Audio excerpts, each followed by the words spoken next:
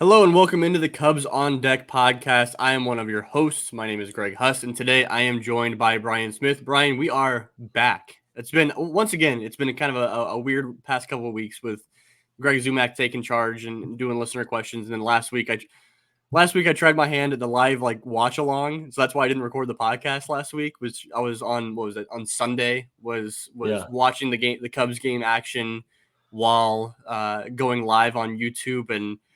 That was fine. I don't know. I'd love to hear people's thoughts, but my Wi-Fi couldn't take the whole thing. I was streaming 4 games while also streaming myself. Yeah, that's and a lot. My Wi-Fi was not loving it. Yeah, I know. The podcast needs to start supporting a fiber connection for the Huss household, I think. I guess so. How are things going with you, man? Good. We should tell our listeners that we're doing a rare early morning recording, which, as a father of two should be like a home game for me. But I feel like you have better energy so far than me. So, we're going to gut our way through this. I was gonna say typically when we do the morning recordings, they're not great for me. I don't have kids, so I'm not used to the early morning wake ups. So I'm battling my way through it. You seem caffeinated. You seem good. No caffeine. The caffeine for me, the thing keeping me awake is the Cubs minor league system, right? Boo. Dad joke. No, so today we are back. We got some news and notes. I mean, really, we're just covering news and notes today. We're going to lead off with some Cam Smith, with plenty of Cam Smith talk, because I feel like we've mentioned him plenty. We haven't really dedicated a whole lot of time specifically to the Cubs' first-round pick from this year, so we'll cover him quite a bit up at the top. We're going to talk a little bit about James Triantos and what he's doing in terms of the stolen base numbers and what that might mean for his development long-term and his projection long-term. We're going to talk a little bit about the AFL. We have not seen Arizona Fall League announcements come down officially for who will be participating as far as Cubs prospects, but we'll talk about some predictions and some rumblings of who might be there. And we'll probably end this thing off by talking about the Tennessee Smokies, because they are playoff bound. They are the only Cubs affiliate that is playoff bound, and they deserve some love. So we'll talk about some of the players there and the team as a whole. So yeah, the Smokies are basically the only team around that's been playing better August baseball than the Chicago Cubs, which is, it's pretty cool. That is fun. I would not have predicted that at no. I don't know what, June, July for either team. Yeah, for either team, exactly. So all right, man, let's kick things off with Cam Smith. I think that's an appropriate place to start. First round pick. We talk about him first. Cam Smith is now playing in South Bend. So I think last time we actually talked about him, he was down in Myrtle Beach. Last time you and I probably talked about him, he was down in Myrtle Beach and not really doing anything crazy. And then he went off on that streak where he homered in 6 straight games, every game of a series against who was that against? Fayetteville, whoever that was against Charleston, against Charleston. Homered all 6 games. Followed that up with a promotion up to South Bend, and has been doing pretty damn well in South Bend since he's gotten the call up there. Yeah, he's has a hit in every game. So you take the home run streak on top of that. I think he has a 12-game hit streak right now. When we last talked, I think it was right when he was sort of a few games into Myrtle Beach. His first 7 games in Myrtle Beach, he hit 100, just was shaking the cobwebs off. Since then, 14 games, he's hitting 460 with a 900 slug over 14 games. I mean, that's the kind of stuff that you see guys post on Twitter. Like in the last 3 games, some XYZ's slugging 900. It's like, well, that doesn't tell us much, but 14 games that's a pretty big sample of just absolutely dominating A-ball. Yeah, that's not nothing for sure. And yeah, you're right. He's dominating A-ball. It's kind of what we had, I think, I don't want to say dreamed, but it's what we had hoped for Cam Smith, was in his assignment to Myrtle Beach and then South Bend after that, assuming it was all going to be this year. When he got drafted, the hope was that he could do this, right? That he could dominate the lower levels of the minors, where he's older than the competition. I was not expecting this, obviously, and I was not expecting a run up, kind of like what we saw from Matt Shaw last year, where now we're talking about, okay, is Cam Smith, does he deserve a promotion up to AA to finish off this season? We can talk about that in a minute, but that really wasn't a part of the conversation when he was drafted, I don't think. It's where can he get all the way up in the way that we talked about Matt Shaw last year? And you talked about his numbers recently, when you balance all that out, you balance the numbers from the first 7 games where he kind of struggled to like now this super, super hot streak. Like over the course of the season, the numbers are terrific. I mean, he's only got 85 total plate appearances throughout the year, but he's got an OPS of 1.173, striking out 20% of the time, walking 14% of the time. Like the numbers are just off the charts. I mean, I've been updating my bash metric recently, Yeah. pretty consistently. He's got a 172, which is like 130 is considered elite. He's at 172. Obviously, super, super small sample size. But like the next highest is Moises Ballesteros, who's at 137. So like what Cam Smith is doing is downright ridiculous. Yeah, with a college first round pick, I think, you're hoping that he makes a tough decision for the player development department his first full season of, should we send him to high A or double A? And, if you get double A, that means that you picked a pretty advanced guy. And I thought when Cam was drafted, the most likely thing was probably that he would start next year in South Bend. You'd hope he'd pretty quickly hit his way up to Tennessee. But man, the way things are trending, I feel like we're looking at him starting 2025 in Tennessee now. I think he looks comfortable enough, and he's I don't know that he's fully necessarily checked the box of like I've completed this level, but I think he's just showing a level of advancement that the assignment that would make the most sense next year is double A, and that puts that puts a lot on the table in terms of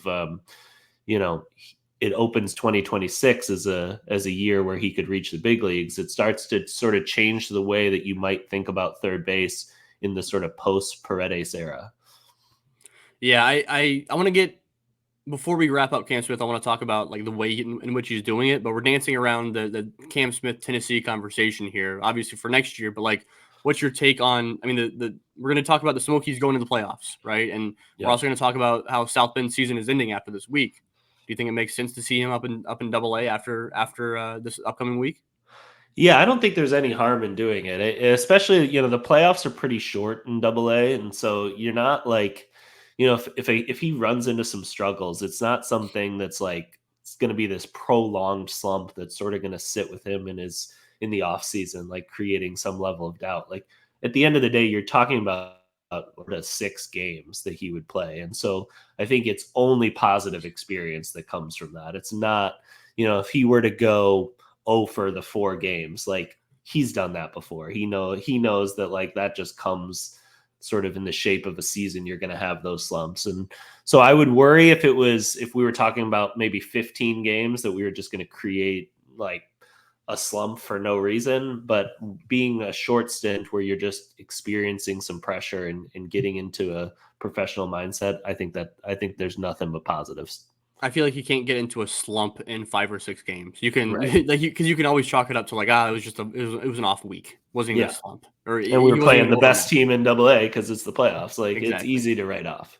Yeah, I think that once the Cubs decide that he's starting off the year next year in Double A, like that makes the conversation because he wouldn't, in my opinion, he wouldn't go up to Double A for this playoff run and then be assigned back to South Bend to start off the 2025 season. So like if the Cubs internally have decided that yeah, Tennessee or Knoxville, I guess in 2025, right? The Knoxville Smokies are where he will start off the 2025 campaign.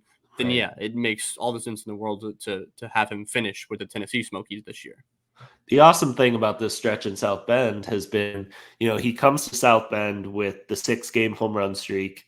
At a time where social media, it was probably as much buzz as he's gotten on social media since like his best weekends at Florida State, maybe 1 or 2 times. You get like the at minor league baseball account talking about it, like at South Bend Cubs hyping it up before he even shows up. Would be very easy to get there, be real swing happy, strike out a bunch of times those first few games, kind of be swinging for the fences a little bit. He's done a great job staying within himself, contributing positively to every game he's played in. Doesn't have a home run at the level, but like, who cares, right?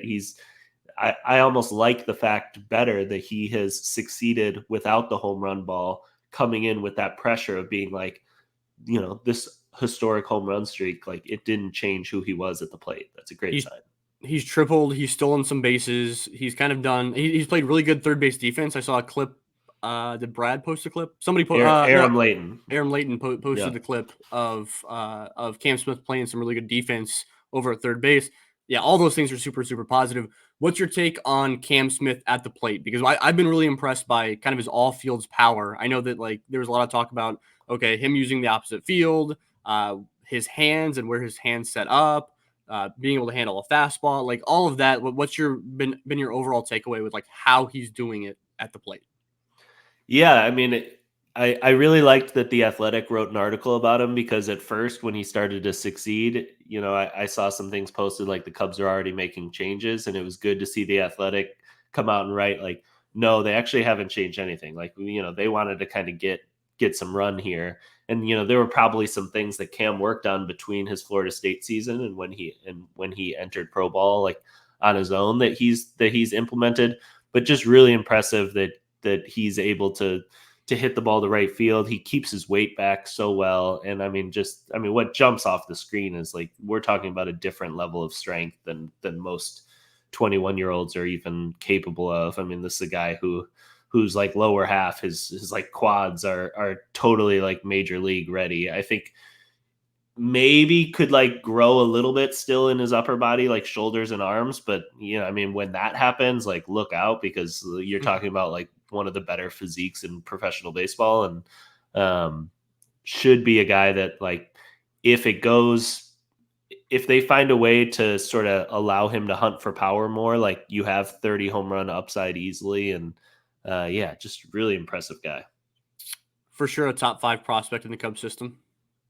No, I think people are gonna like naturally overreact to this little sample. I mean, we're still talking about 14 games, so I don't think you should have a huge change from what you were 14 games ago. And I mean, for me, that's anywhere between 4 and 7 probably makes sense. And so yeah, I think there's a good chance that he ends up 4th or 5th on a lot of rankings, and that makes sense. But I'm not going to begrudge anyone that has him 6th or 7th given this system. Yeah, basically, it's how do you view him compared to Kevin Alcantara and James Triantos? Right. More or less, that's what it comes down to. So, Kevin Alcantara, who is in AAA and on the 40-man roster, and James Triantos, who's putting together quite the season, who we can talk about right now. James Triantos is such a unique player anyways, right? Entering the season, we talked about his unique ability to put bat on ball and the opportunity for a little bit more pop to show up in his bat this year, which we've seen a little bit, right? He's slugging 427 this season. But something we didn't really talk a whole lot about was the speed factor, right? That in the past couple of years we talked about he just kind of being an average runner. He didn't put up great stolen base numbers. However, he did enter the 2023 campaign having dealt with a knee injury, and so we got kind of a late start to the season. And so you kind of wonder about like how much did that impact him throughout the season? Because this year, in the stolen base department, he's put up 47 stolen bases, which is I posted, and then I think I saw Tommy Birch kind of confirm my math there that James Triantos has stolen more bases this season than any Cubs full season prospect since John Andrioli did back in 2012. Wow. John Andrioli did it. I believe he was the same age or a year older than James Triantos is, but he was doing it at high A in Myrtle Beach at the time. Or no, sorry, in Daytona at the time was John Andrioli. John Andrioli was my guy. I loved some John Andrioli back in the day. Dude had some twitch. He did. He was 55 stolen bases. So James Trianto still has that in his sights as far as this season goes. A couple more weeks left. So I don't know, man. What's your take on James Triantos, his speed, his stolen base numbers, and what that means for him in terms of his projection? The thing I really like about the steals is, I mean, the purpose of minor league baseball is development, right? And so when we're talking about Triantos's 2023 season, like he had 16 steals in 20 attempts. Like there is nothing that's being learned from that sample. Like that doesn't tell you anything about James Triantos as a base stealer. What I really like about this season is they just let him explore the space a little bit and to see how good he was at this. And now we actually have an answer to the question. Like this is a guy who's a positive base runner over the course of a full season. I wish in general across all of the minor leagues, teams let guys run a little more wild, because like that's the purpose. Like let them Let them see how often they make mistakes. Let them learn from it. Let the organization learn from like how good or bad are they at this. You don't find that out in 20 stolen base attempts like you had last year, but you sure found it out this season. And yeah, I don't know that. I mean, I don't think it should begin to set people's expectations that he's going to be a 30, 40 steal guy in the majors. I don't think that's necessarily what this means, but I do think it means that he's going to be a plus base runner. Yeah, I think that for me, the stolen bases, for a guy like James Triantos, who's batting 300 on the dot this year, for him to develop a little bit more power, which I mentioned, he's done that a little bit, but taking extra bases and going from one base on a single to two bases on a single and stolen base, like that kind of inflates that that slugging number kind of jumps up a little bit if he can grab extra bases by stolen bases, not necessarily putting the ball in the gap. It's why when I created Bash, I did account for stolen base and caught stealings, because I wanted to account for like those guys taking extra bases, regardless of if it's off the hit or off of a stolen base. I want to see that extra base. I want to see that guy in scoring position at second base and third base. So like, I think that he has much more value being able to swipe, like you said, maybe not 30 bases in Chicago, but like between 20 and 30. Like that makes a huge difference compared to a guy that's hitting 300 and only stealing 10 bases a season. So let's contextualize this for Cubs fans a little bit. I'm going to spring this game on you that we didn't talk about beforehand. Okay. But I'm going to list a Cubs middle infielder or maybe even a center fielder from the past. And I want you to tell me, do you think James Triantos is faster or slower than this player? Okay. Faster or slower. Okay. All right. All right. Let's start with Javi Baez. James Triantos, Javi Baez, who's faster? I think Javi Baez is faster. Okay. Yeah. Nico but Horner. Hold on real quick. But like that, again, that's tough. The stolen base numbers get weird here, right? Because like, I think Javi Baez is fast, but like, I mean, was fast, but also like he was so instinctual on the base path. So like, that's weird. I'll still go Javi Baez, but like, that's weird. Base running is so strange, dude. It is. Nico Horner. I think that James might be faster than Nico. Really? Okay. Yeah. Ryan Theriot. That's something that gets lost in my brain a little bit. I'm gonna go with James Triantos over Ryan Theriot. Okay, I agree with that one. I don't know that I agree about Nico. I mean, Addison Russell, he's faster than, right? Yeah, he's faster than Addison Russell. I'm thinking more on the Nico one, and like, I don't, but I'm thinking about Nico when he was in the minor leagues, right? We didn't really talk much about Nico's speed when he was in the minor leagues either. Right. And now he's stealing 30 bases a year in Chicago. Yeah, I mean, like Ian Happ. What about that? Because Ian in a straight line is pretty fast. I think James Triantos is faster than Ian, though. Yeah, I think that's probably right. Let's see, who else could we ask about here?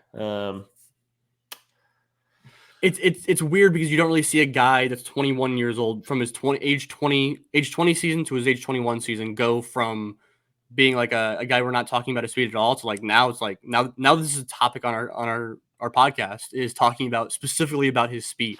That's right. Weird. That's so strange. It is. Jason Hayward. Hayward's probably faster. Like in his heyday, like Hayward's definitely faster, right? Yeah, I think so. Which is really interesting, right? I mean, Triantos has 47 steals, and we're saying that he's slower than Jason Hayward, which is really interesting. I think that's what sort of the purpose of the game was, is to help sort of contextualize where it is. It's not a 47 steal guy moving forward, but it's a guy who's really figured out how to use his speed to his advantage, and a guy who's going to be really good at sort of the first to third, second to home stuff that's important to winning. Yeah, I mean, I think that with James, it's just he needed to see an up in kind of some of those extra tools, right? We talked about the ability to field a hit.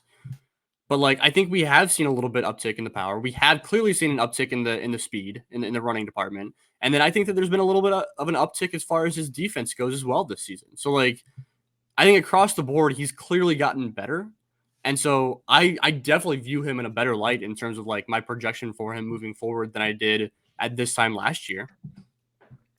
Yeah, I think that's right. And I mean, what I've been so impressed about at AAA is like, the fact that this guy can just like hit 300 wherever he goes is, and he's just never overwhelmed at the plate. And, he's not going to be one to dominate offensively for stretches where he doesn't have like a super high BABIP, but he's really hard to beat.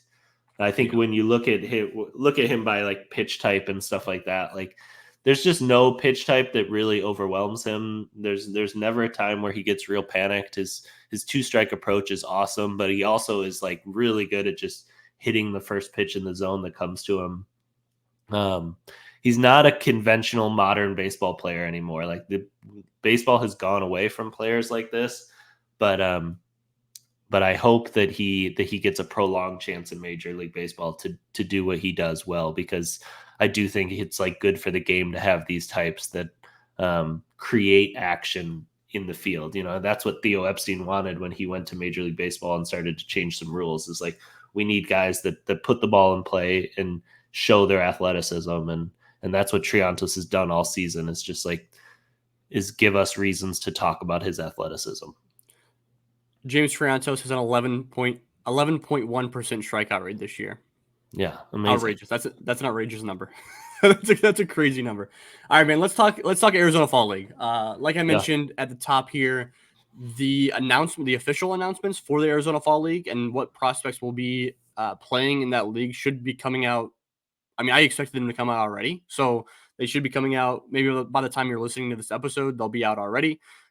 They should be out anytime. Typically, in years past, the Cubs have sent, I believe, 3 position players and 3 pitchers is typically the norm. Sometimes a fourth of one or the other, but yeah, usually about there. And this year we've already heard. So I guess some background on the Arizona Fall League. So traditionally, this is a league where major league teams send some of their typically top prospects to this league to get a little extra work. There's a variety of different reasons why you can send a player there. It's one, he was injured during the season and you want him to get a little bit of extra work to make up for lost time. You want to see him compared to some other players that are of similar skill sets, to compare him and see if you want to add him to the 40-man roster for Rule 5 draft consideration or minor league free agency consideration. And then I'd say the third one is, this is a player that is getting close to the major leagues and you want to see him against the top talent all in one league. And you want to see how he compares to them for a potential call-up the following season. Am I missing a reason why you would send a guy there?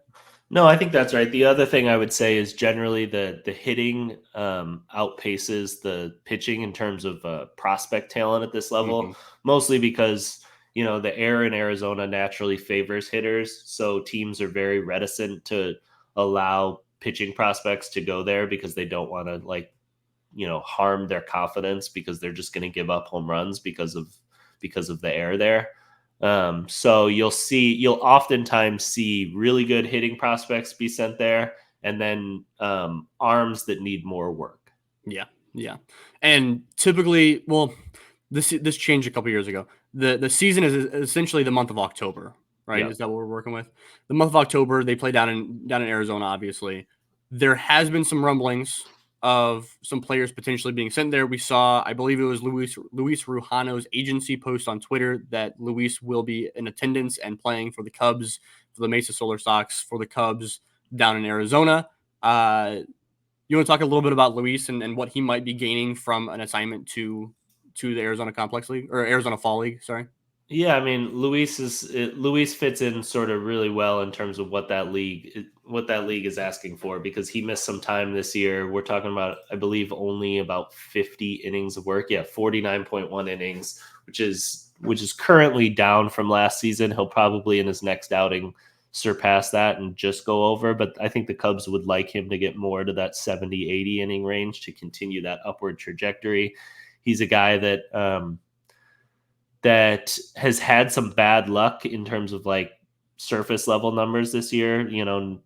Things like BABIP and left on base percentage are pretty rough for him, but a guy with a ton of arm talent, a guy that's not going to be overwhelmed facing like AA caliber hitters on the mound in terms of his stuff, and just a good person to get a little bit more instruction from, who's probably beyond that sort of complex level instruct type ball. Yeah, I was gonna say I think that one, I think the league has been trending younger over the past few years, and Luis Rujano has only spent time in Myrtle Beach. And I think that when Rujano made his full season debut in Myrtle Beach last year in 2023 as a 20-year-old, I think that the thought was that he performed well enough that would eventually make his way up to South Bend this year in 2024. Unfortunately, that did not happen. So I think that like the Cubs may be using the Arizona Fall League as a way to get him that extra work and potentially get him ready for a South Bend assignment to start off 2025, even though he did not perform very well in Myrtle Beach in 2024. So I think the thought process is probably South Bend and Tennessee next year, despite the fact that he didn't put up good numbers in Myrtle Beach, like you said, Brandon. It's a little bit of bad luck on the mound. I've been in the past. I really liked Luis Rojano. I think I Yeah, was sneaking good him in the stuff. back end of some of my prospect lists because I think that like he has the pitcher body, and I think that the repertoire was there to a certain degree as well. Everything's just kind of it hasn't taken a step back necessarily. It just definitely hasn't taken a step up and gotten better and better. So yeah, I think that I like this assignment for sure.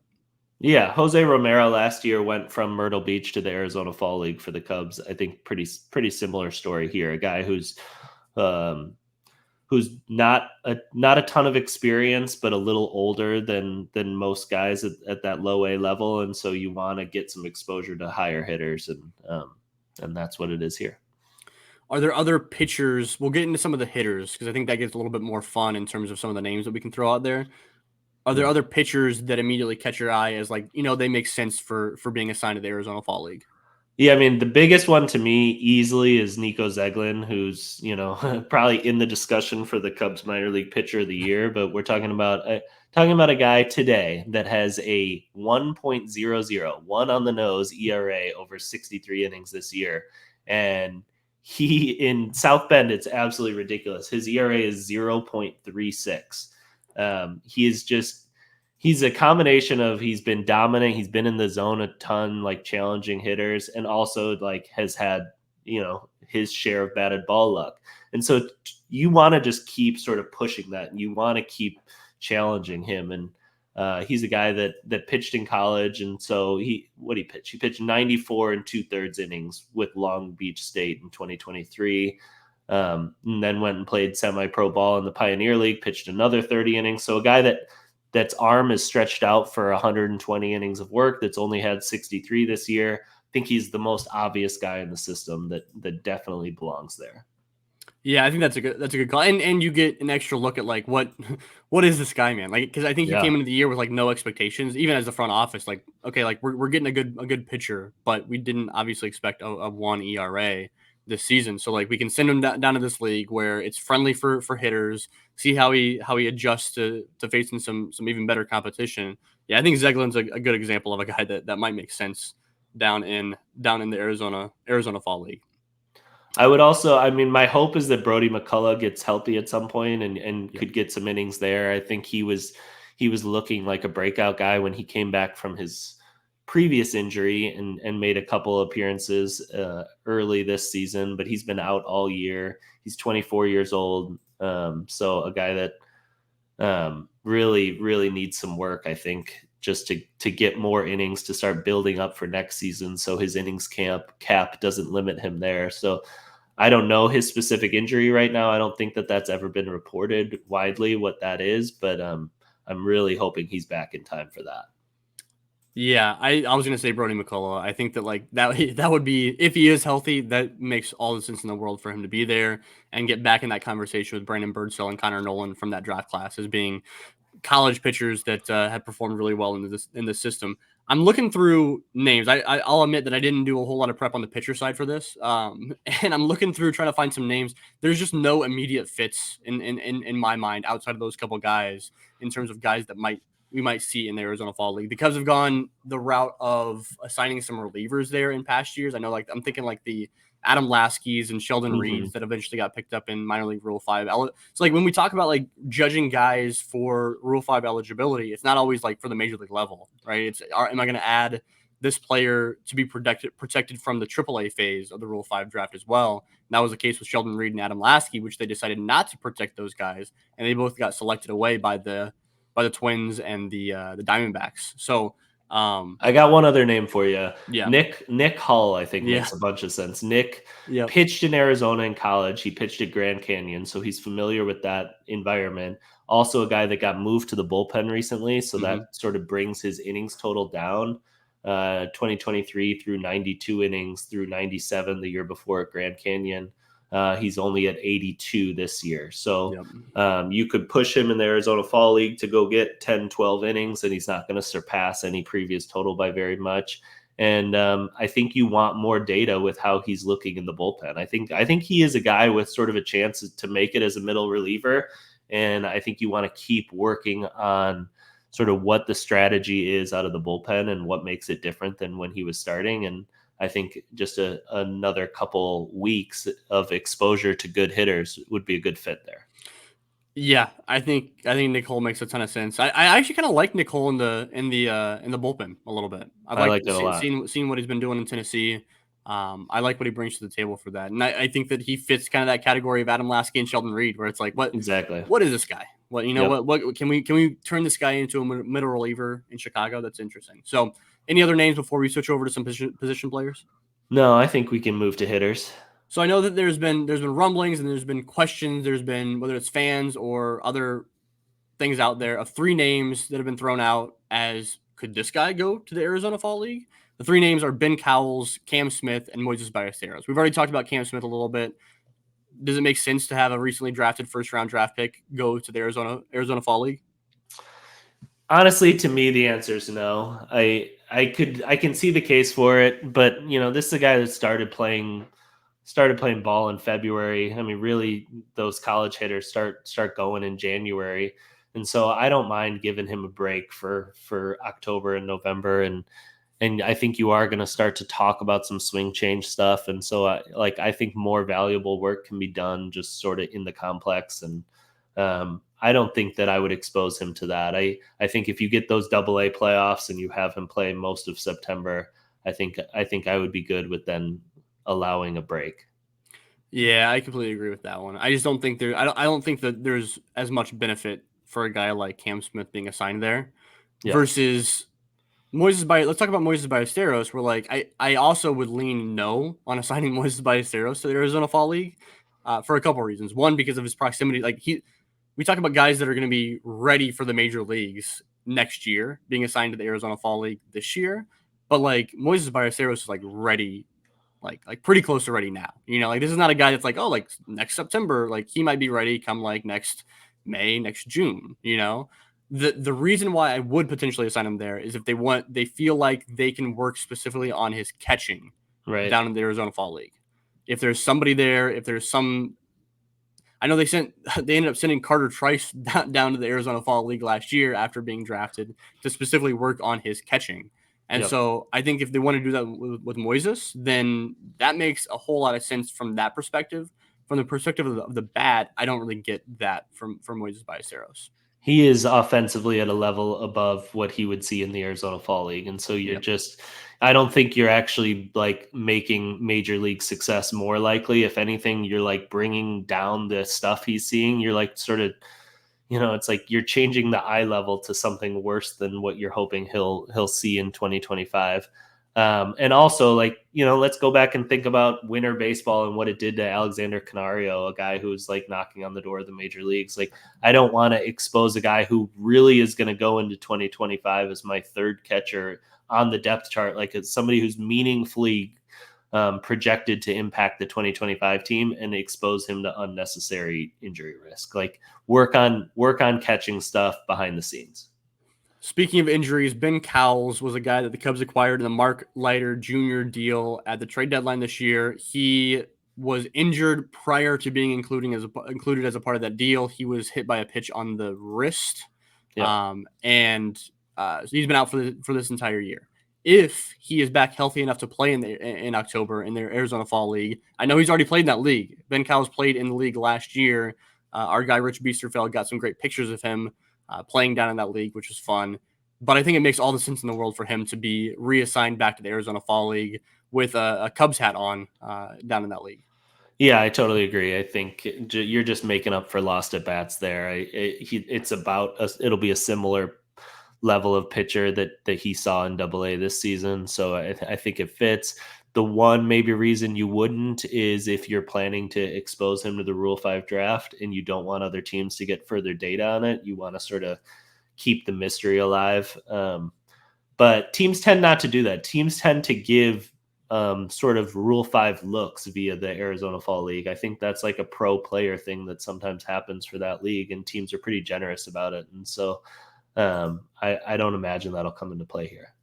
I've got two more names I want to bounce off you and see what you think. I got one big one, so we'll see if we overlap. All right. The first name I got is Christian Franklin. I think that his time in Tennessee this year, I think that he actually kind of lines up well with, I don't know if it's the current AFL setup or the previous one in terms of like the skill level, but I think it makes a whole lot of sense with him spending the entire year in AA Tennessee. I'm looking at Christian Franklin's numbers over the course of the season, and they're really, really good across the board, except for the power. Yes. Right. Like he hasn't shown the ability to lift the ball and hit the ball for power. Like I have my spreadsheet pulled up here and I have everything color coded as it compares to the rest of the system. Green is better, red is worse. Obviously, his line is all green except for like ISO power and slug. Like those are not bright green. And so I think that like sending him to the Arizona complex, I keep calling it that, the Arizona Fall League, and having him work on one specific thing, if to hit for more power, to pull the ball in the air, I think that makes a whole lot of sense. I think you're right. Yeah, that he is pretty much the exact prototype of a guy that you would send to the Arizona Fall League, AA level, a guy with some things to work on, but a guy that should profile to succeed there. I think he's a really natural fit. And should potentially get some run in Chicago next year as well. Yeah. The other name I have is a lesser name in terms of like the amount that we talk about him, but Andy Garriola also makes sense to a certain degree. Okay. We saw him in Myrtle Beach and he was good. We saw him come up to South Bend and he was better. And I think that he's going to enter next season at age 25, likely being in South Bend or Tennessee. And I think like seeing what the Cubs have in Andy Garriola makes a whole lot of sense. Like, is he just this guy that is strong and can pull the ball and can hit the ball for out of the ballpark every once in a while? Is he that guy, or is he more of a complete hitter? A guy that's maybe not striking out 30% of the time. Can we limit that a little bit more? I think the Cubs it'd be good to see what they have in Andy Garriola moving forward. Yeah, so that will speak interestingly to how advanced the Cubs see the Arizona Fall League, because my pick for the Fall League would be somebody who's on a very similar track, but slightly more advanced, and it would be Hayden McGeary. Hayden McGeary has had a pretty disappointing, I would say, season in AA. He's hitting 209, 294 on base, and only 351 slug. It doesn't quite make sense that Hayden McGeary doesn't have a 10% walk rate or 12 home runs this season. It's just not what we expected from him this year. He's from Arizona, so it'd be home base for him. I think he could get a lot out of it to just restore some confidence after a lost season. So I think if the Cubs are finding the Arizona Fall League as a more advanced place, you send McGeary. If you're finding that it's maybe less advanced than in the past, then you send Garriola. I think that kind of makes sense. Yeah, I like that a lot. I think you're right. Two very similar types of like profile guys. Garriola's the outfielder. McGeary's just the first baseman, but like the same general vibes with those two guys. Just big dudes that if they get into one can really take it literally out of the ballpark. Should you try to keep the Jonathan Long hot streak going and send him maybe? No, I think I'd write out this season, right? I think I'd say like, oh, like you absolutely killed it. You had a great season. Yeah. I think I'd probably just call it quits there with Johnny Long. Yeah. Although like, I don't know, it probably depends on how he ends the season. Well, no, because they have to make the announcement here soon. So I don't know. My thinking is I'd like to see him face a little bit more adversity and run into some problems. But no, I probably wouldn't. I'd probably lean McGeary and Garriola over Johnny Long. I agree. Any other names that stand out to you? No, I mean Brett Bateman would make sense as a guy. He's sort of the exact skill level that matches up with the Fall League, I think. So that might be one.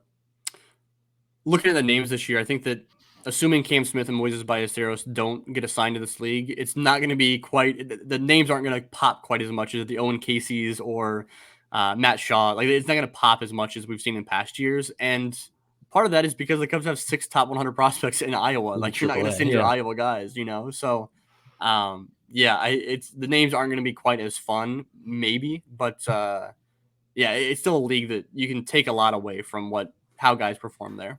Yep. Okay, you want to talk the Smokies? Yeah, I think we should. Tennessee went 19-7 in August to lock up a playoff berth, including I believe, a double-digit win streak. I think they got to 10 or 11 at one point. And it came at such an odd time. It came as they lost all their top prospects. The Cubs send Kevin Alcantara, James Triantos, Matt Shaw all up to AAA, and the AA team gets better. And it's so strange. And this is a group that is so sort of unique within, if you think about Cubs affiliates over the last, I don't know, decade, like nothing quite matches up like this Tennessee team, which got so many injuries hitting them early in the season, and the Cubs responded to those injuries by just signing player after player from semi-pro ball, whether it was the Mexican leagues or the Pioneer leagues or the Frontier leagues. Like they signed so many guys, and they've really sort of patchworked this AA team together, and they have found amazing success. I think it speaks a lot to the manager there. I think it speaks a lot to by the way, the manager's name is Lance Rymel, who I think is probably the best manager prospect in the system. And it speaks a lot to the hitting coordinators there. Rachel Folden's there. This is a team that has just made it work in a season where the Southern League's been really weird offensively. I'm really impressed. The the meme where it's like guys just get together and like naming like classic athletes from like football, like Right. classic college football players or baseball players or whatever it might be. This Tennessee Smokies team is the equivalent of that for like minor league baseball. Like in 8 years, we're gonna be like, who are you talking? I'm gonna list off these names, and I don't typically like to list off players, but I think that the Tennessee Smokies pitching staff deserves just a list of names.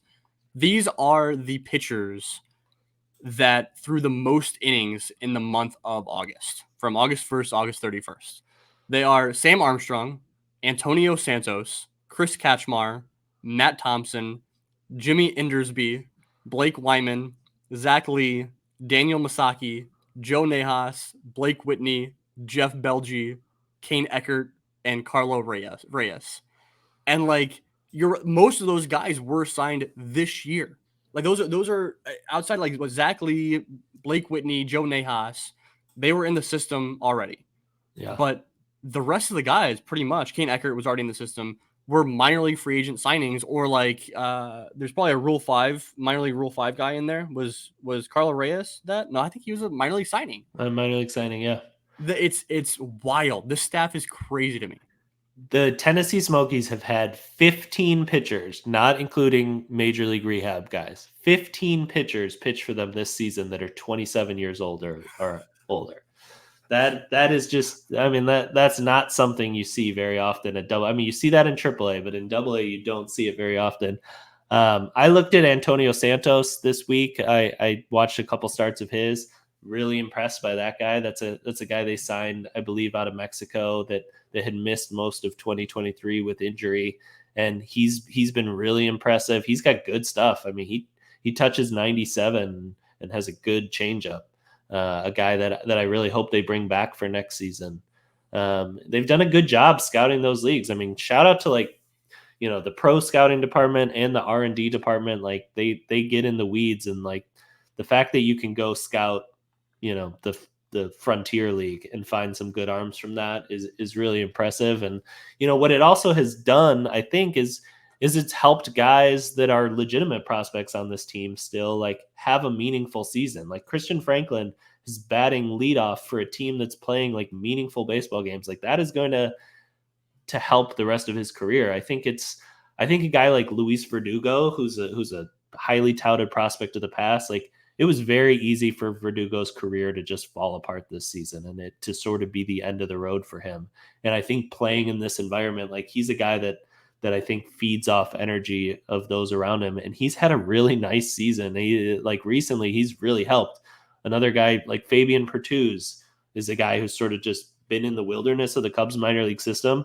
When I've watched Tennessee games lately, like that guy is the heartbeat of this team. That guy is going to the playoffs as like the centerpiece of a playoff team. And I don't know, just those careers might not happen as Chicago Cubs or whatever, but for the rest of their baseball careers and their chance for their like major league dreams to come true, like this has been a positive experience and it's pretty cool.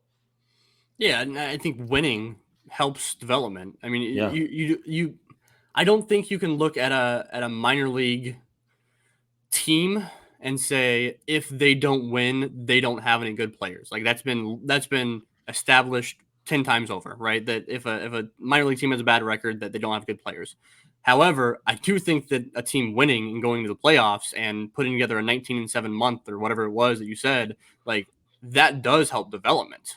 Now, Yep. does it turn a player? Does it turn 3 or 4 players into major league starters? No, but it might turn them from guys that fizzle out in Double A to guys that maybe are MLB depth at some point down the road. You know what I mean? And so I think that like that's the hope with guys like Verdugo or Fabian Pertuz or Cole Roeder or Jonathan Long for that matter. I mean, I think that Ezekiel Pagan, I guess Pagan's back down to South Bend, but like Brett Bateman, like the hope is that those guys become MLB depth at some point. And like I think them proving that they can win games in Double A does help and it gives them some more confidence. So I'm looking at this roster right now, and I think that there might be only a handful of guys that log more than a few games at the major league level.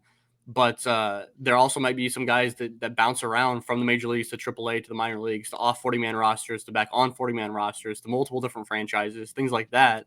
We might see that from several of these guys, and that's fun. I'll shout out BJ Murray, just came back from injury and got assigned to Double A. You know, it's effectively a demotion, mostly because AAA has just filled in with the Matt Shaws and James Triantos. But now BJ Murray is going to have a really meaningful September. I mean, he's going back to a place he won a championship last year, and he's going to have a chance to play like more important baseball than I was playing, to be honest. And I think amidst a season that's probably disappointing for BJ, I think there were some good parts of this year for him, but mostly you're going to look at that batting line from 2024 and call it a disappointment. I think has a chance to really put like a good end to the season together and to go into 2025 with some real momentum. And that's positive. So I'm really hoping if there's like one guy I'm watching during this playoff run for Tennessee, it's going to be BJ Murray. I would like to see him sort of establish himself as the best player in that lineup and sort of shake off the cobwebs that we've seen over this little week before where he struggled. Yeah, I posted on the 1060 West Discord channel that I think that like this setup for BJ Murray Jr. is kind of perfect. Yeah. It's kind of perfect, right? Where like he did struggle in Iowa basically all season long in different forms all season long. And so for him to be able to go down, be injured, and then once he's back ready for full season ball, you can kind of say, hey, BJ, like this is essentially a rehab assignment to Double A, right? You can frame it as more of that than it is a demotion. Although demotion might have been necessary given his performance at AAA, but that's always tough, right? Demoting a guy in the minor leagues is rough. It's rough on players because it's different. Like it's rough on guys going from the major leagues down to AAA, but for a guy that like earned his way up to AAA to be sent back down to AA is rough mentally. And so for this to be framed as a rehab assignment, which I think is totally reasonable, and I don't know if he views it that way, but I think he can. I think he absolutely can view it that way. It's super important. And not only is it a rehab assignment, but it's a rehab assignment during the most important stretch of baseball the Cubs minor league system is seeing this year. So, perfect. It's perfect for BJ Murray Jr. I love that this is how it all lined up for him, and I hope that like he gets a lot from the next few weeks. Totally. Any other names? I know Johnny Long probably deserves a little bit more love. He's been outrageous. He has been one of the best hitters in the entire organization this season. I mean, I think that outside of the usual suspects in Moises Ballesteros, the usual suspect in Moises Ballesteros, you can argue that Johnny Long has the second best season of any Cubs minor leaguer this year, right? Yeah, I mean, you could probably make the argument that he's the best. he has been. You keep waiting for the hot streak to cool down in AA, and it just doesn't, man. I love listening to other teams' broadcasters talk about him recently. They played Rocket City in their last series. Rocket City's announcing crew always is a great, very fun listen. If you're just, because they'll actively talk about the players on the other team, and they were like overwhelmed by just Johnny Long just continuing to sort of beat up their pitching staff, and it was fun. Yeah, I mean, yeah, he's bashing 122 this year, which is really, really good. He's been even better. He's been significantly better in Tennessee than he has during his time in South Bend. Yeah, And he is the best hitter in that lineup, like yep, full stop. for sure. And like he's the guy you pitch around. They aren't pitching around him, so he's just hitting homers all over the diamond. Johnny Long's been amazing, and I think that like the hope going into this year was that one of the Johnny Long, Brian Calmer would hit and continue to hit and make their way up to AA Tennessee. And Johnny Long was that guy for sure. And I think that I'm excited to see him go up to AAA next year at some point and see kind of how he adjusted that pitching up there. So I really liked Johnny Long. Plus he has a cool baseball name. He does. Any other players that you want to talk about before we move on here? No, I think just rooting for that team to bring back back-to-back titles. It would be a really cool story with this sort of patchwork roster. Let's frame the rest of this season. Let's put into context what we're seeing from the rest of this season. I mentioned that the Tennessee playoffs are coming up, but let's work from the bottom up in terms of schedules and timelines. And as we're really the last month, September is the last month of the minor league season. So Myrtle Beach, their home season is done. They have no more home games this year. This week against Fayetteville in Fayetteville is their final series of the year. South Bend is the same way. Both of the A-ball affiliates are the same way. This week is their last season or the last series of the season. They're playing at Fort Wayne to end their season. You bump up to AA Tennessee. They have 2 more regular season series left at Mississippi, and then they finish the season at home against Birmingham, which would be their final home series, regular season series at that ballpark in Kodak. And then they go to the playoffs, which that will be the week of September 16th. And then the Iowa Cubs, their season goes longer than all the others. They have 3 more regular season series this year. Their final game is on Sunday, the 22nd of this year. So that's how the rest of the season kind of progresses forward. Is there anything that you've got your eye on with any of these affiliates? Well, I mean, our last conversation, we talked a lot about September call-ups, and I think we were not surprised that Miles Mastrobuoni was the offensive call-up for the Cubs on September 1st, but given the framing that you just did, Iowa's season goes to September 22nd. Is there a player among the top prospect list in Iowa that you're hoping gets called up? And if it's one of the prospects, can you give me a date on when you would think about making that happen? Yeah, I think I would be at that point, right? Come September 22nd, where you just have a couple more. At that point you have a couple more weeks of the major league season. What's the final game of the regular season for the major league team? Do you know off the top of your head? I don't. Probably about October 1st, though. Yeah, that's what I'm thinking. So at that point, I would be perfectly fine from a player development standpoint to call up any of Moises Ballesteros, Owen Casey, Matt Shaw, Kevin Alcantara. I mean, even James Triantos. Like I'd be, from a player development standpoint, I'd be okay with any of those. From a roster construction standpoint, you look at guys that are already on the 40-man roster or eligible to be added to the 40-man roster this offseason. And those not eligible, but likely to be added to the 40-man roster this offseason. And those are those are Kevin Alcantara and Owen Casey, just those 2 guys. And so I think I look at those 2 players because at that point in the season, right, with a week or so left of games, I don't think it makes a whole lot of sense roster-wise to add Matt Shaw, James Triantos, and Moises Ballesteros to the 40-man roster and have them taking up a spot that's unneeded over the entire offseason, as crappy of a way of looking at that as it is. So I turn to Kevin Alcantara and Owen Casey. I think both those guys make sense. It depends on what you want, right? Are you in the heat of a playoff? Well, are you in the heat of a playoff run and you think that slotting Owen Casey in right field or at DH makes sense for each of those games, then like go that route. Are you kind of in between where like I guess at that point you're not going to be in between. You're going to be either in it or not with a week left of the season. Right. I think I'm going to default to Kevin Alcantara though, because he's already on the 40-man roster and because defensively, like, and base running wise, like he can bring extra value rather than just like be in the lineup and like mashing every day. So I'm going to default to Kevin Alcantara, but So I no think matter Owen Casey what, makes you're sense. waiting until August 22nd. Say again? No matter what, you would wait till August 22nd to make September 22nd. or September 22nd. No, I probably wouldn't wait until then. I would probably like add an extra week. I'd probably do like the 15th or the 15th or 16th or somewhere around there. Sure. I would probably like, because Iowa's not competing for a playoff spot. So like I'd punt that last week in Iowa for an extra week in Chicago for both of those guys. Yeah.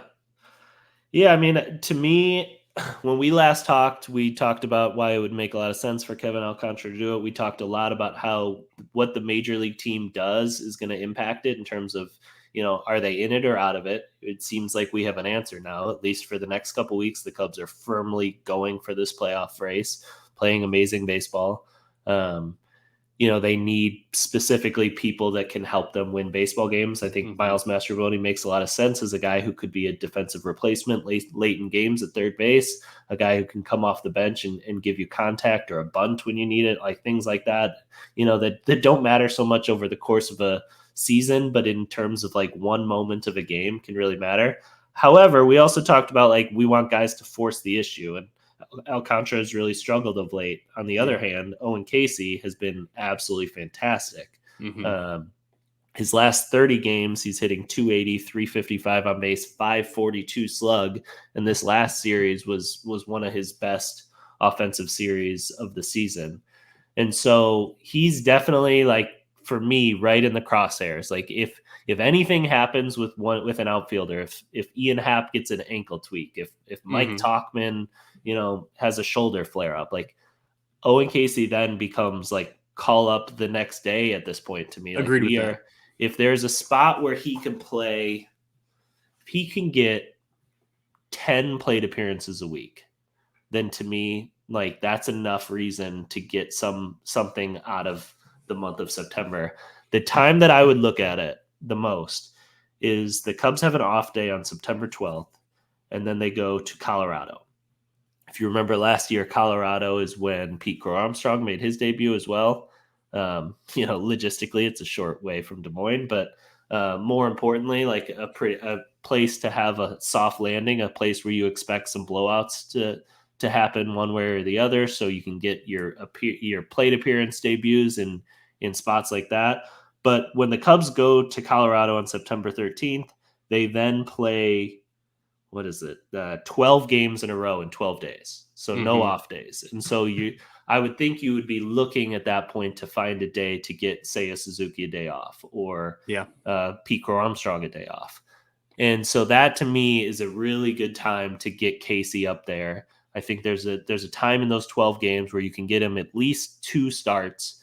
I think he can be helpful as a pinch hitter off the bench. He takes really good plate appearances. He doesn't, he will not expand the strike zone before 2 strikes very often. So to me, right now on September 2nd, as we record this, I would be looking Owen Casey September 13th as like very serious option. But the Cubs are playing good enough baseball that things change every day, and we'll see what we think next week.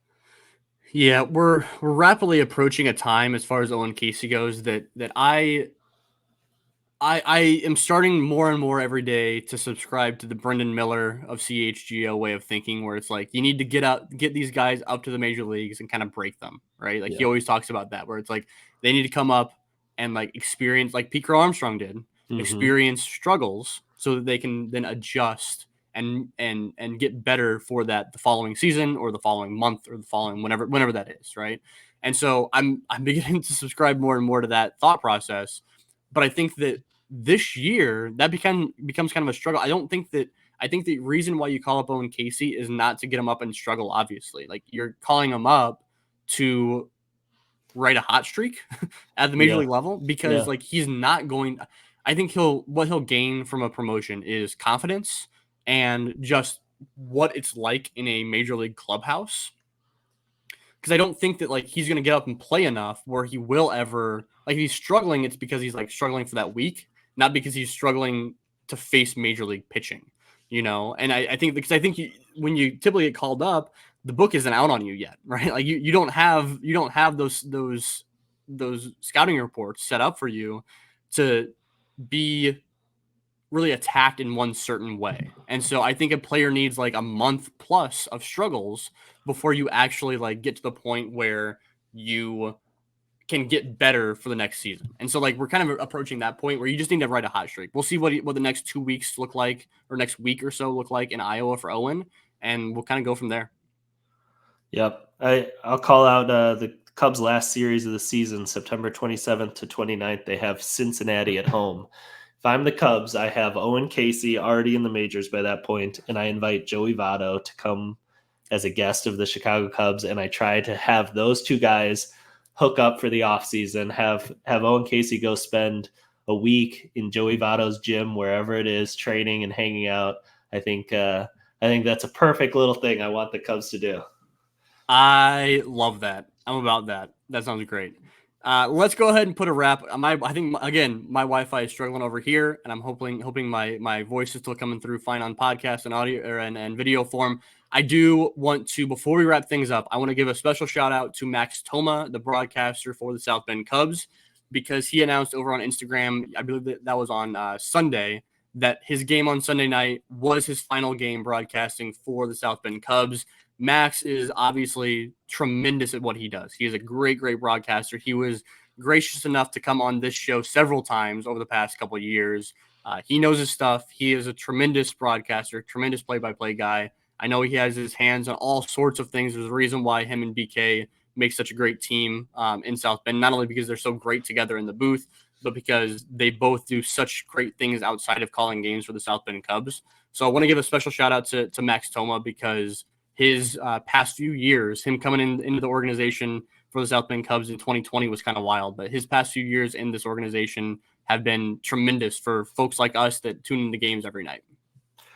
Yeah, I mean there are minor league broadcasters that live in their towns and do it like for years on end, and then there are minor league broadcasters that are prospects that are trying to make it up to the major leagues just like everybody else. Whether Max does it professionally in Major League Baseball or a different sport, I don't know, but that is a guy who only has bigger and brighter things ahead of him, a real talent on the mic, and it was a pleasure to get to know him as a Cubs broadcaster these couple of years. Can't say enough about him. Shout out to Max. Good luck with everything you're doing into the future. It's going to be very, very bright, I'm sure. So thank you guys for tuning into this episode. We'll be back you can find Bryan on Twitter at Cub Prospects. You can find me at Out of the Vines. You can find both of us over on the 1060 West Discord channel. If you need the link, reach out to Bryan for that. Get you set up in that Discord. It's super fun. And in the meantime, we'll be back in your ears in one short week. Thanks, guys.